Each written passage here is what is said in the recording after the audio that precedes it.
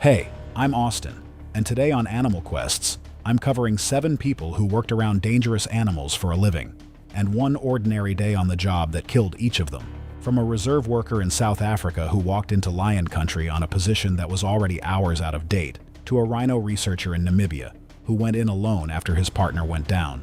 But first, Kenya, and a vet who trusted 18 years of reading elephants right one time too many. The morning of April 12th, 2015 was clear and cool in Laikipia, central Kenya. By 8, a translocation team had a problem bull elephant down in a clearing, darted clean and breathing steady on its side. The plan from there was routine work, blood samples, and a fresh tracking collar, and the bull back on its feet before the drug wore off, then moved to land where it would not keep coming into conflict with people. Carl Odiambo, the vet running the operation, watched the animal from the open window of the vehicle.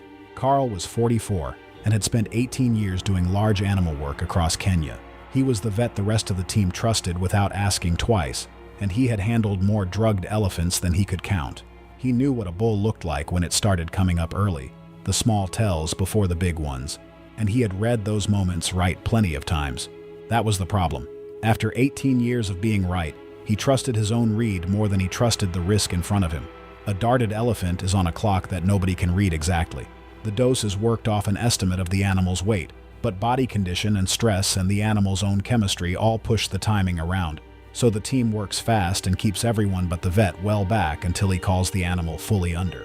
Carl had the rest of them holding at the vehicles while he watched the bull settle, reading the breathing and the set of the ears. The drug should have held it long past the time the work needed. Then an ear twitched and a back leg moved against the grass. On a big bull that can mean nothing at all, just the body shifting under the drug, and Carl had seen it many times and waited it out without a second thought. This time he read it the same way. He decided it was nothing, and with the clock running on the dose, he left the vehicle and crouched in at the bull's head to start. Here's the thing about Carl. He wasn't careless. He had watched elephants come up out of the drug 100 times, and that is exactly how it gets you. You get it right so often that you stop treating it like the thing that can kill you. He walked up to that bull on 18 years of being right, and the one drug that could have pulled the animal back under was sitting in the kit in the truck behind him. African elephants can weigh more than 6 tons, and even a partially sedated bull can rise with surprising speed. Wildlife veterinarians treat recovering elephants as active hazards because a small change in the animal's condition can become dangerous in seconds. A big bull coming out of sedation does not get up slowly, the way you might picture a drowsy animal. The body mass that makes them so hard to dose in the first place also burns through the drug fast, and a bull can go from a single twitch to fully on its feet in seconds. A man crouched at its head when that happens has no time to read it and no time to move. Carl was down at the bull's head with the first sample in hand when the ear snapped flat against the skull and the front leg drove hard into the ground.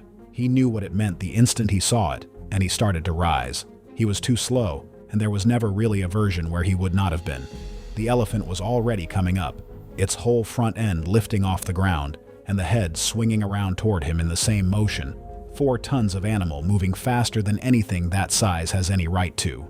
It caught him before he was anywhere near clear, and he went down under it. The driver had the vehicle moving the instant the bull stirred, horn going, and the team got the reversal drug into the animal, and it broke off, swung away, and moved heavily into the tree line. Carl was alive when the team reached him, but the weight of the bull's head and shoulder had done severe damage to his chest and upper body. The team that had been holding back at the vehicles was on him within seconds, but there is only so much that can be done in a clearing for injuries like that. They steadied him as well as the field allowed, called in the helicopter that stands by for operations like this one, and flew him to Nairobi.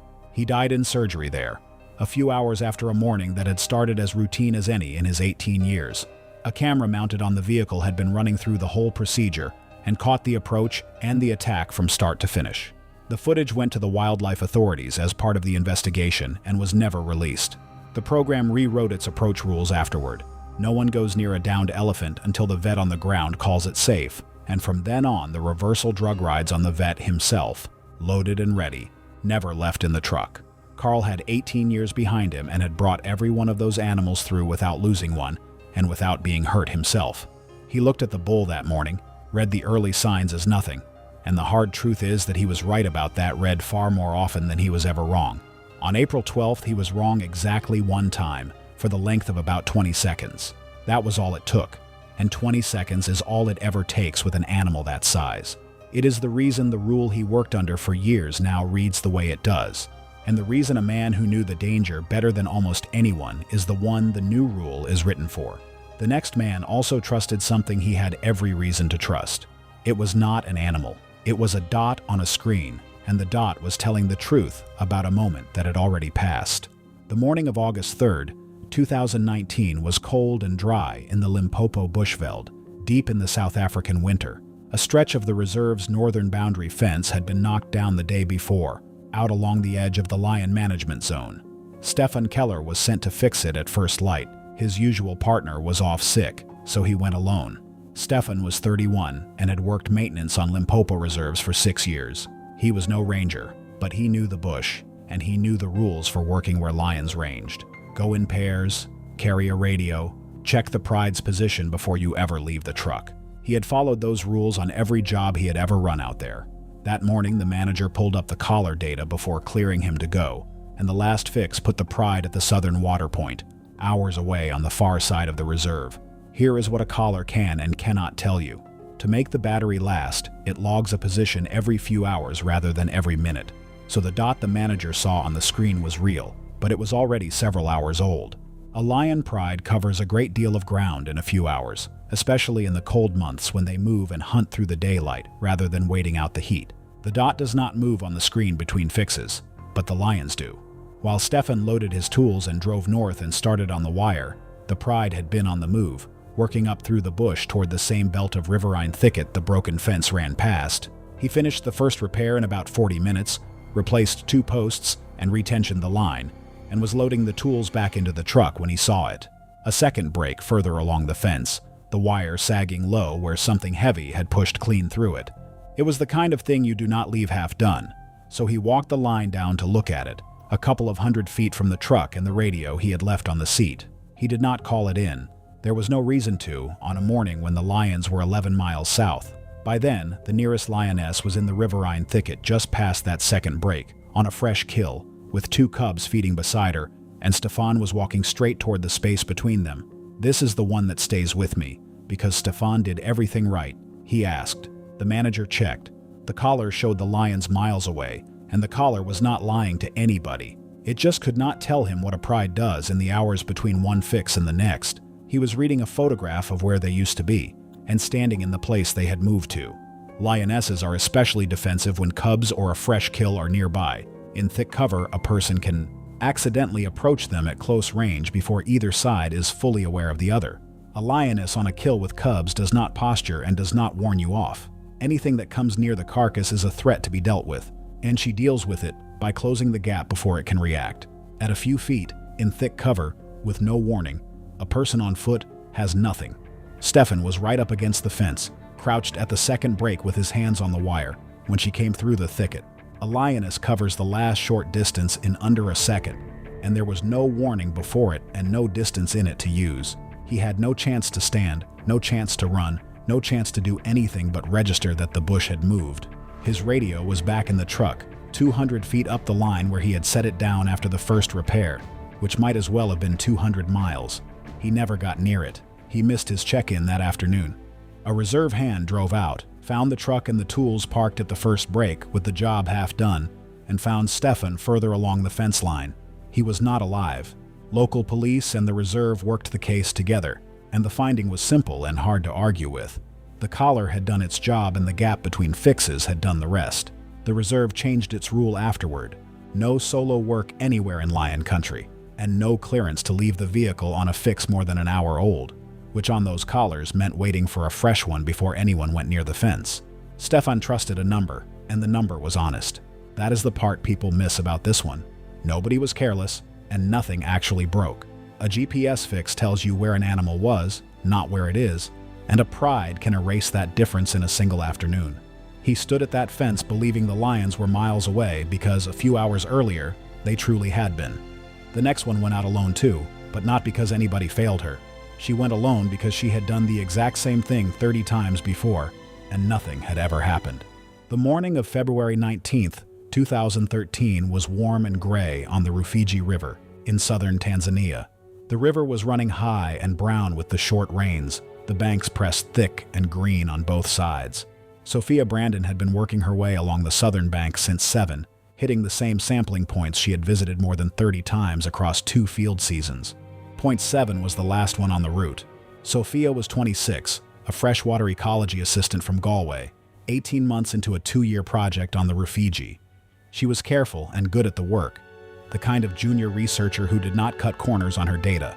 She was meant to run the sampling with a field assistant, but he was off sick that morning.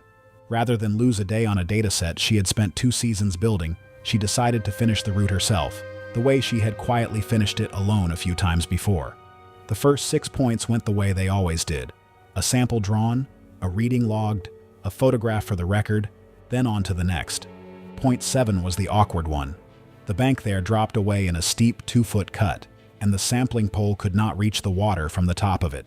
The way around it, every single time, had been to climb down and wade the last couple of feet into the shallows and dip the sampler by hand.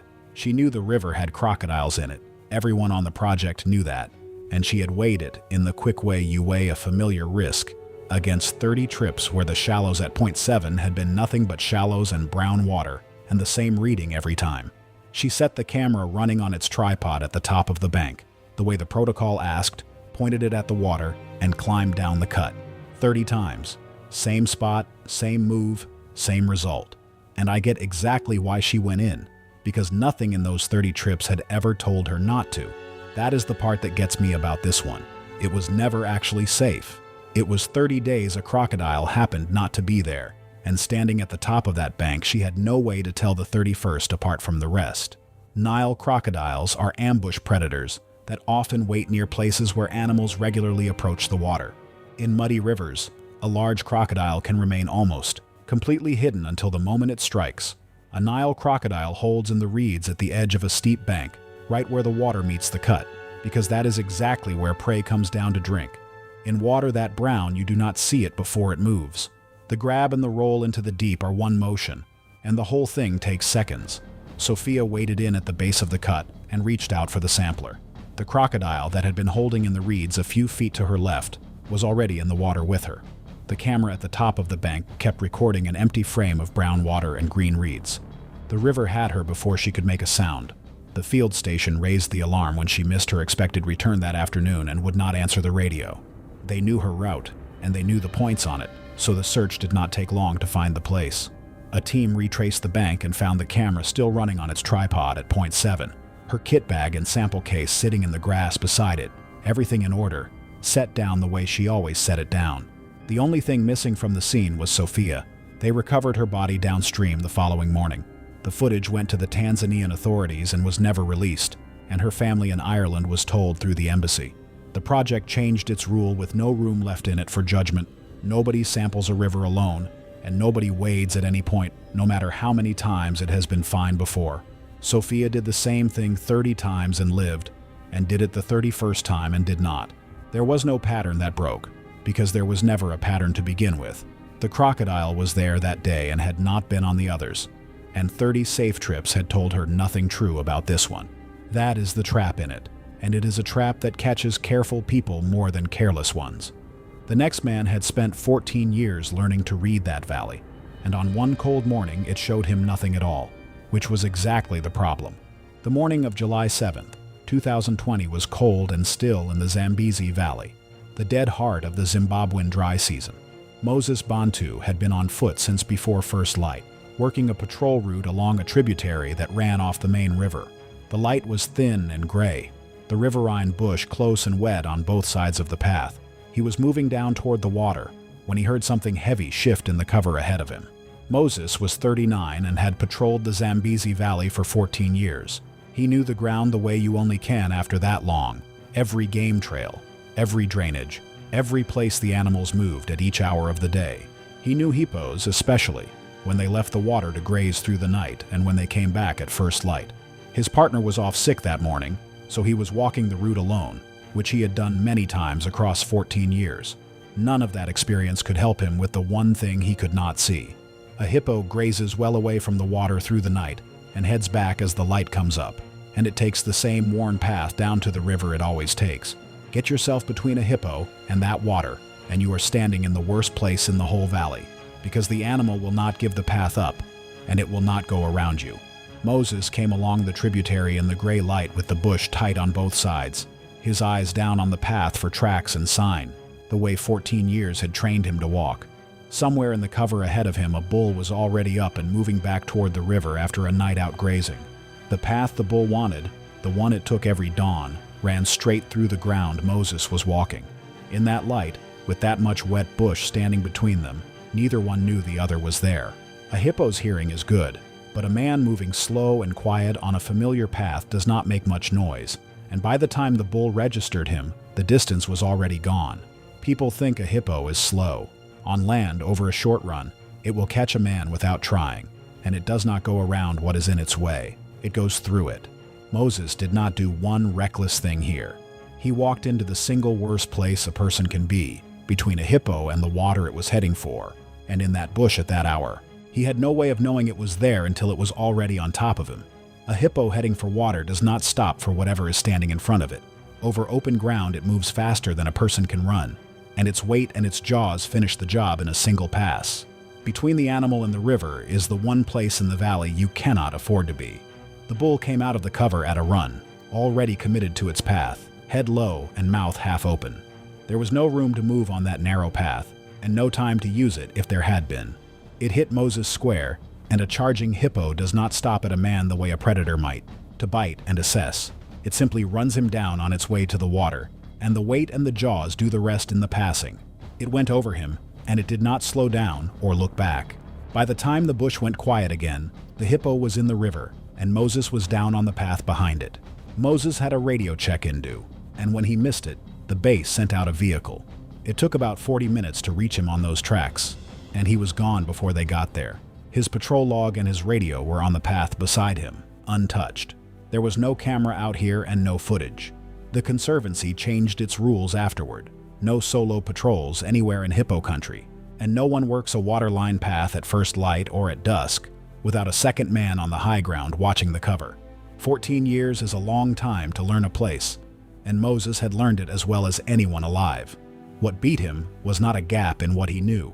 It was the bush and the hour, thick cover and thin light, and a bull on a path it had used 1,000 times. He walked into the gap between a hippo and the river, which is a thing that kills tourists and farmers and people who have spent a single week in the bush, and it killed a man with 14 years in that valley just the same. None of what he knew could change where he happened to be standing when the bull decided to go home. The next man was not caught out by something he could not see. He was caught out by being alone in a place he should never have been alone, with both of his hands full. The afternoon of November 21st, 2021 was hot and dry in the Okavango Delta, in northern Botswana, in the last weeks before the rains. A camera trap team of 3 had split up to cover more ground before the light went. 2 of them out on the open flats in the vehicle, and Vincent Hunter working a cluster of traps in a block of dense riverine bush off to the side. The thicket stayed dim under its canopy even in the full heat of the afternoon, the kind of cover that holds the heat and the shade and the things that like both. He went into it alone. Vincent was 33 and had done camera trap work across southern Africa for 5 years. He was careful and good at it, and had never had a bad day in the field. He knew the rule for thick bush in leopard country: 2 people, always, so that one can watch while the other works. He had already cleared 2 of the 3 traps in the block without any trouble. The third was at the back of the thicket. The team was coming back around for him soon, and he decided the last one was not worth the wait, so he went in for it on his own. That last trap was fixed in the fork of a leadwood, and getting at it meant setting his gear down and working close to the trunk with both hands up over his head. The bush in there was thick enough that he could not see more than a few yards in any direction, and the light under the canopy was already starting to fail toward evening. He had his deterrent on his hip and his radio clipped to his belt, but neither one is any use to a man who has both hands up on a camera trap and his eyes on the work. To swap the card and the batteries, he had to give the tree his full attention, which meant giving the bush behind him none. He looked over the ground around the trunk, saw nothing in it, and started in. What he could not see was that a leopard had been lying up in that same thicket through the heat of the day, a few yards off in the cover, and it had been watching him work the first 2 traps. It watched him come to the third. 5 years in the bush, never a bad day. And the rule he broke is the simplest one there is: 2 people in thick cover. Not because the work itself is hard, but because a leopard in a thicket gives you nothing at all before it moves, And a man with both hands up and his side turned to the bush is not watching the one direction that matters. He had been within a few yards of it the entire time. He just never had a single reason to look. A leopard does not run you down across the open. It lies dead still in cover and lets you come to it. And the strike comes from a few feet away with no warning at all. It goes for the head and the neck, and against a person who cannot get an arm up in time. The first contact is the one that counts. It came while he was at the base of the tree, hands up in the fork, and his side turned to the bush. There was no run and no sound before it, just the strike, from a few feet off, low and fast. It took him at the neck and bore him down at the foot of the leadwood, and it was over almost as fast as it began, the cat already gone back into the cover. The trap above him, freshly set and live, caught the movement and fired off a string of stills into the dark. The other two came back to the block about 20 minutes later. The thicket had swallowed every sound, and out on the flats they had heard nothing. They found him at the foot of the tree, alive, but the wounds to his neck and upper body were bad. They worked on him and called for an air evacuation, but the nearest surgery was more than 2 hours out across the delta. Vincent died before the aircraft reached them, on the floor of a thicket he had walked into for the sake of one last trap and 10 saved minutes. The stills from the trap above him were pulled during the investigation, sent to the wildlife authorities, and never released. And the program made 2 people in dense bush a hard rule with no exceptions written into it. Vincent had done the same kind of work for 5 years and walked out of every thicket he ever entered. The rule he broke was not written for the 2 easy traps out where you can see the ground around you. It was written for the third one, deep in the cover, where the light goes, and a man with his hands up cannot watch his own back. He was a few yards from the leopard the whole time he worked, and being good at the job was never going to be the thing that saved him in there. The next man had a partner with him at the start. He sent him back and walked the last stretch alone, straight into the wind. The morning of March 8th, 2016 was clear and already hot on the Damaraland Plateau in northwest Namibia. A field team had been tracking a collared black rhino since first light, following the signal up into a slope of dense euphorbia scrub. The ground was rock and thorn scrub, hard going on foot and harder on the ankles. At mid-morning, Eric Volker's assistant came down badly on a loose rock and could not put weight on the leg. Eric was 47, a German researcher who had spent 11 years on black rhino monitoring in Namibia. He knew these desert rhinos as well as anyone working the region, how they moved, how they rested through the heat, and how little room the broken country left you if one ever came at you. He was also the man who had written the safety rules his own team worked under. One of those rules was as simple as they come. No one approaches a rhino on foot alone. With his assistant down and a strong signal close by, he broke his own rule. The signal put the rhino stationary in the scrub a few hundred feet ahead, and stationary, to Eric, meant resting through the heat of the morning. A quick look to confirm the animal for the log, 10 minutes of work, and he would be back at the waypoint. He told his assistant to sit tight and went in on his own. What he did not stop to weigh was the wind. Coming in, it had been in his face, carrying his own scent back behind him, away from the animal. But the slope and the scrub bent the air around, and by the time he was close, his scent was running out ahead of him, straight into the rhino he could not yet see. Eric did not just know the rule, he wrote it. And standing there with his assistant hurt and the animal close, he told himself a quick look was not the same thing as a real approach. That is the line I keep stopping on, because in his own head those were 2 different things. To a rhino that had already caught his scent and turned to face it, they were the exact same thing. A black rhino does not see well, so it does not wait to see. Catch its scent or its sound at close range and it commits straight at the source, fast and low. In thick scrub at a few dozen feet, it arrives before you have even finished turning to run. Eric pushed through the last of the scrub and came into the open on the rhino at maybe 60 feet, and it was already facing him, head up and ears swung around, long done resting. It had his scent, and it had turned to meet it. It came without a pause and without a sound that would have done him any good. 60 feet of broken ground closes in a couple of seconds under an animal that size, and there was no cover near enough to reach, no partner behind him to pull him clear. No distance left to put to use. It put him down in the euphorbia before he could do a single one of the things 11 years in that country had taught him to do.